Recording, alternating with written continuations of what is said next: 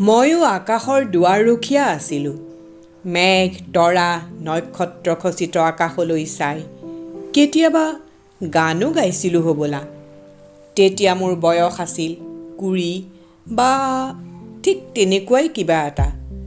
তাৰ পিছত কেতিয়া যে তৰাবাহী মেঘবোৰ গুৰি হৈ হৈ ক্ৰমে নিঃশেষ হৈ গ'ল।